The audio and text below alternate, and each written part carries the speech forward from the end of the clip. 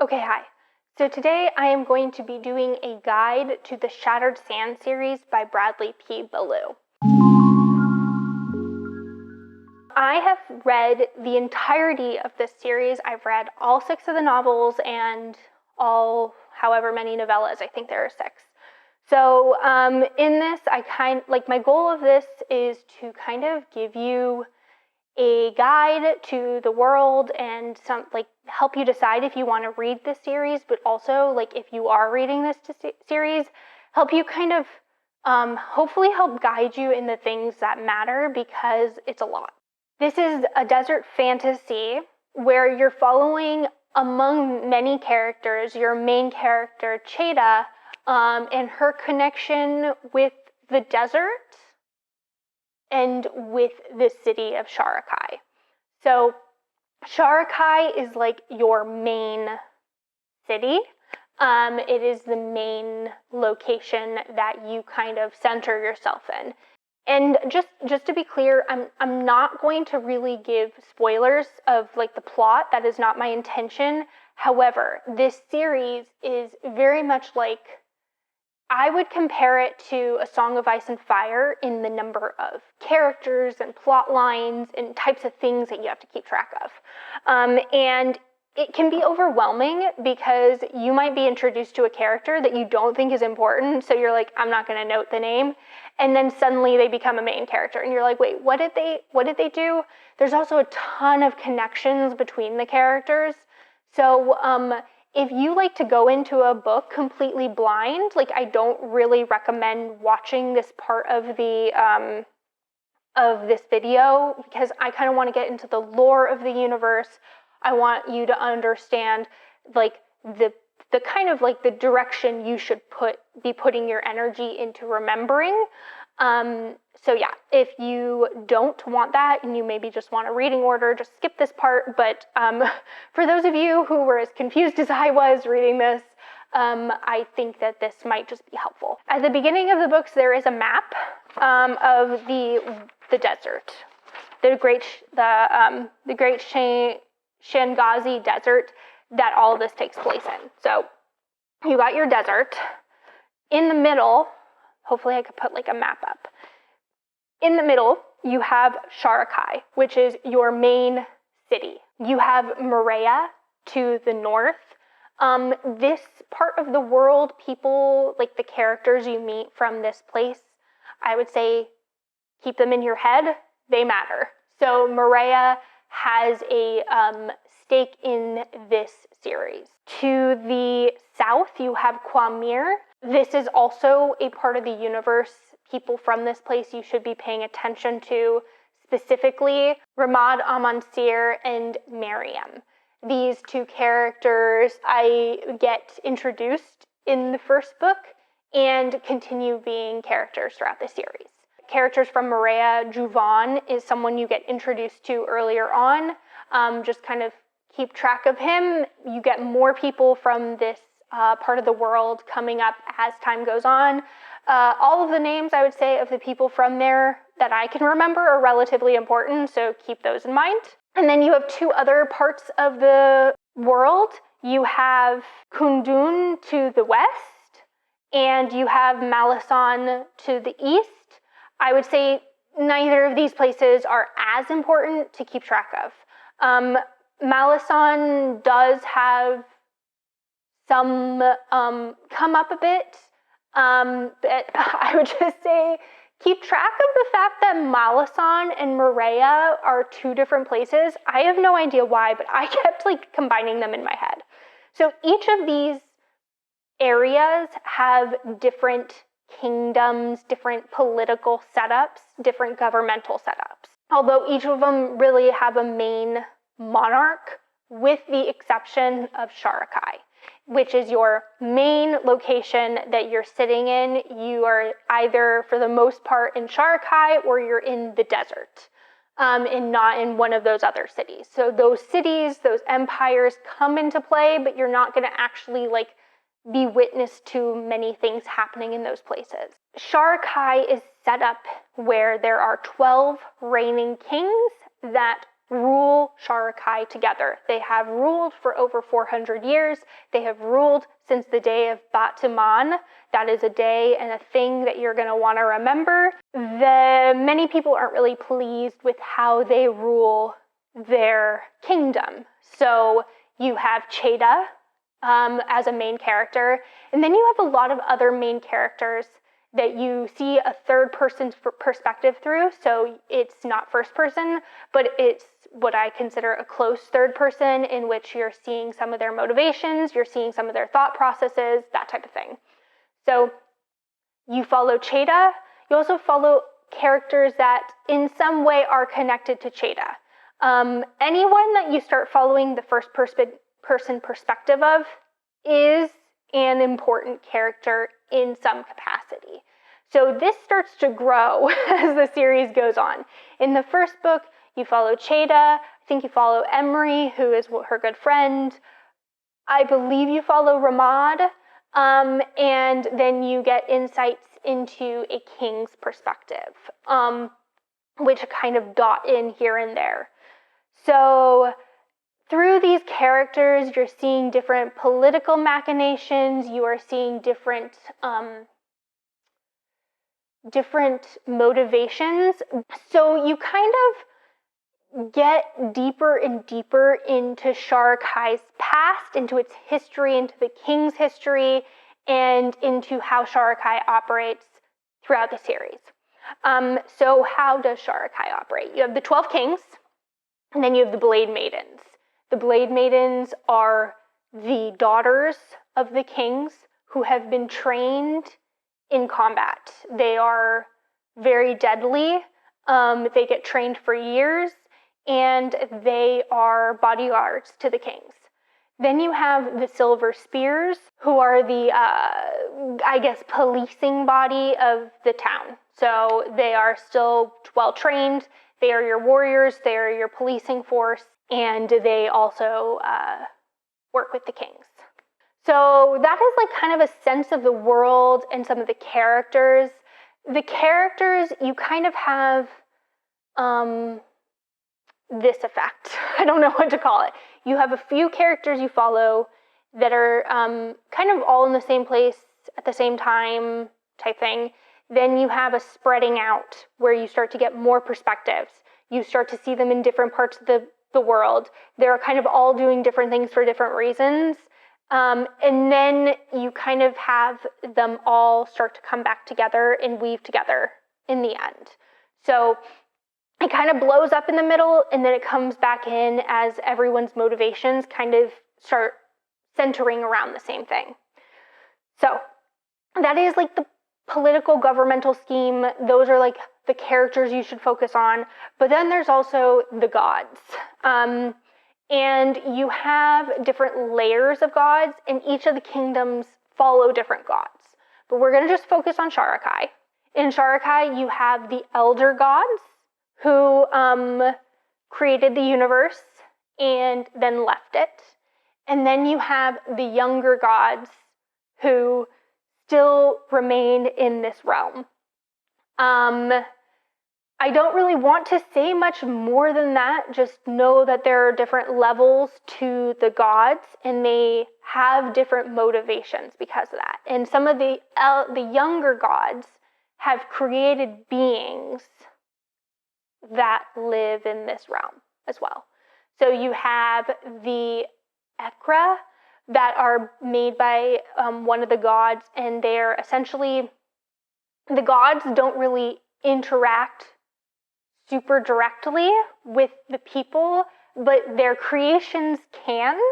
So you have these Ekra that come into play a bit, that are these gods that kind of are gods, like they're the creations of a god of like kind of chaos, and they do chaotic things. They manipulate humans. They enjoy manipulating humans. And they are creatures that humans sometimes try to interact with to gain things from, but it never works out in their favor for the most part. And then you have another creature in the realm called Asirim or Asir.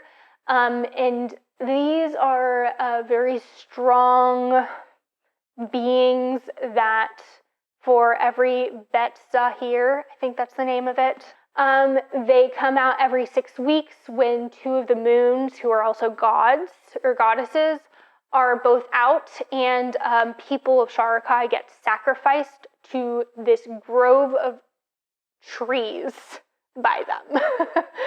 Those are beings. And then there's also magic.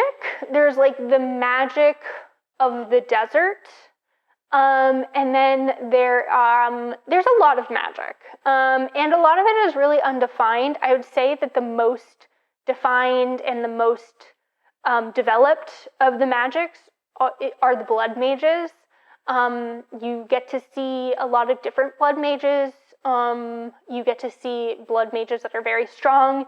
You get to see blood mages that you get to see a person develop as a blood mage. Okay, let's talk reading order, because there are 6 major books, there are 6 novellas or short story collections, and it can be kind of a lot. And the publication order is not necessarily like the recommended reading order. So if I find the link, I'll put it down below. But I found the author's recommended reading order, and I followed that. And I would say I agree with it with certain exceptions, and I don't think you have to read every novella. So we'll kind of get into this. So there are the 6 major books. There are the 12 Kings in Sharakhai, With Blood Upon the Sand, A Veil of Spears, Beneath the Twisted Trees, When Jackals Storm the Walls, and A Desert Torn Asunder. So those are all the books you have to read. While you don't have to read all of the novellas, I really actually recommend all but one of them. I find, for me, the novella is where this author shines more than his actual novels. I think that he is doing a ton in the main series. Like, there are so many different plot lines, there are so many different character motivations, there's so many things happening, and it kind of becomes a thing, and then a thing, and then a thing, and then a thing, and then a thing. In the novellas, he really focuses on like the background of one specific character, and that's it. So a lot of them are 40 to 50 pages. Like, you could read these in less than an hour. So this is how I would recommend you read the series, and including if you want to read the novellas, and really which ones you should read. Start with the main one, the 12 Kings in Sharakhai. And then from there, while it's not a part of the major series, I highly recommend reading of Sand and Malice Made. This is the longest one. It is a short. There's like, I think 2 or 3 short stories in it, and they're all kind of connected, and it tells Cheta's past with this one character, Brahma, and Brahma becomes a character that you follow in the series. So getting his background and Cheta and Brahma's background and their background with another entity is, I think, quite important for the series. I would just say, if you plan on reading this series, read of Sand and Malice Made after you read the 12 Kings of Sharakhai. The next thing I would recommend you do, if you read of Sand and Malice Made, is to read The Tattered Prince and The Demon Veiled.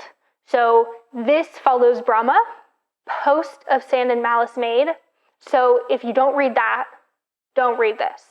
But if you read one, read both. Then get into book 2 with Blood Upon the Sand. Then read book 3, A Veil of Spears. This is where you go back to novellas. The next one that I read was The Doors at Dusk and Dawn.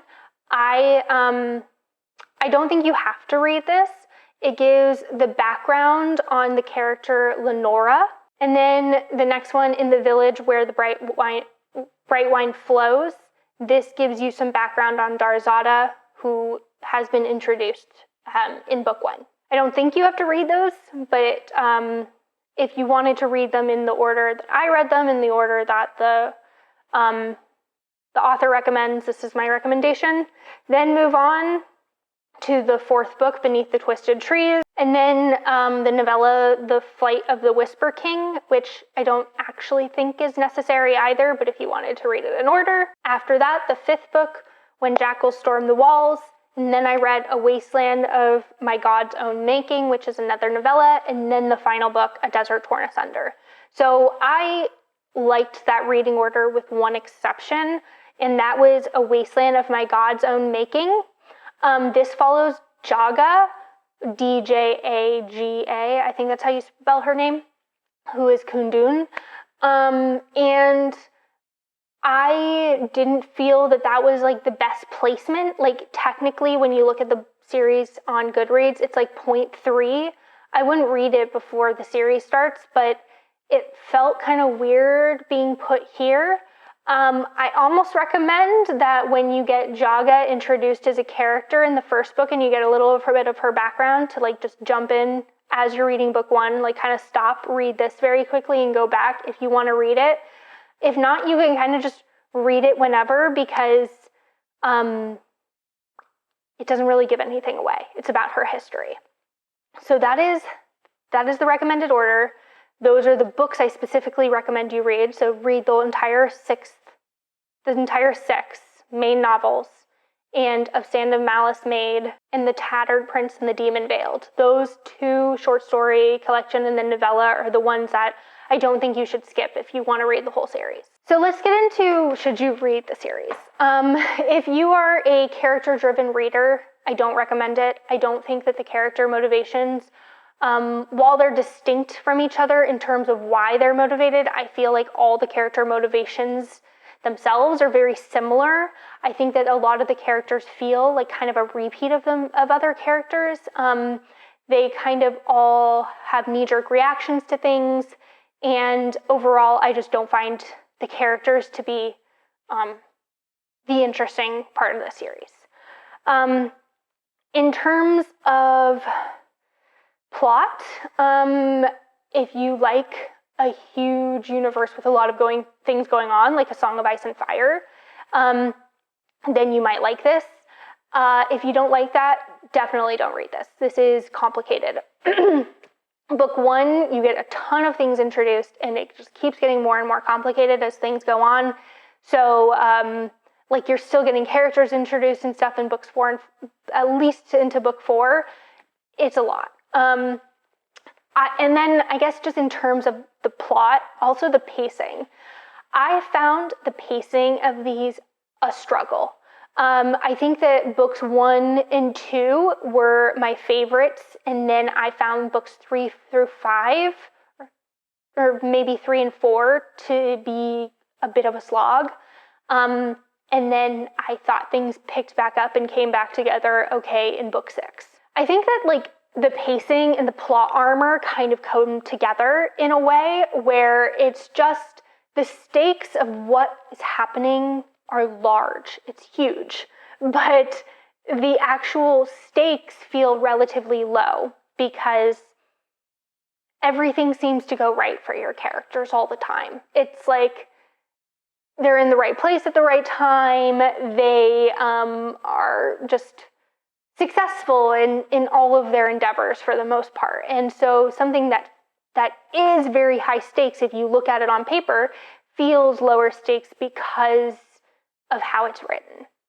And because of that kind of plot armor, you have this just something happens, and then something happens, and then something happens, and then something happens. Like there's a book in this series where we're just literally with the same character going from Sharakhai to the desert, to Sharakhai to the desert, to Sharakhai to the desert. And it's like repetitive, and like there's not a lot of building. It's hard to describe. It like builds, but it doesn't build up to something. It doesn't feel like this cohesive, we're building to something. It just feels like a lot of stacking of things. And along those lines, I felt like plot lines, I might have missed things because it took me 2 years to read this series. I found plot lines kind of got left behind, motivations got left behind, people's motivations changed without me feeling like they got developed to that point, if that makes sense. So overall, really high pace and high action, but not executed super well, in my opinion. I think another thing is character work. So the characters are There's a ton of them, and sometimes a character who is not a perspective you follow, but is someone you see quite regularly because of the perspectives you follow, serves a purpose, and then still exists within the narrative, but doesn't really get any time on the page. Like, they're there, but they're not talking. So it kind of just feels like they're there they feel like a pawn instead of feeling like a person. So yeah, that's just another thing I would say. So if you're a character-focused person, I really wouldn't recommend this series. Overall, just generally speaking, I wouldn't say I recommend the series. I think that it can work for certain types of readers, but I mean, I obviously got through the whole series. There was enough intrigue that it kept me going, but I personally wouldn't super recommend it. And there aren't many people I would specifically recommend it to. So I think that in terms of this video, that is all I have. Oh no, one more thing. I don't know if this is in all editions, but in my editions, there is no glossary at the back in my first 4 editions. But when I read the 6th book, or in my first 3 books, but then when I read the 6th book on my Kindle and the 4th book I had physically, there was a glossary in the back. So maybe the Kindle editions, like the newer ones, have it. I'm not sure. But yeah, that's all I got for this, so I hope this was helpful, and until next time, happy reading.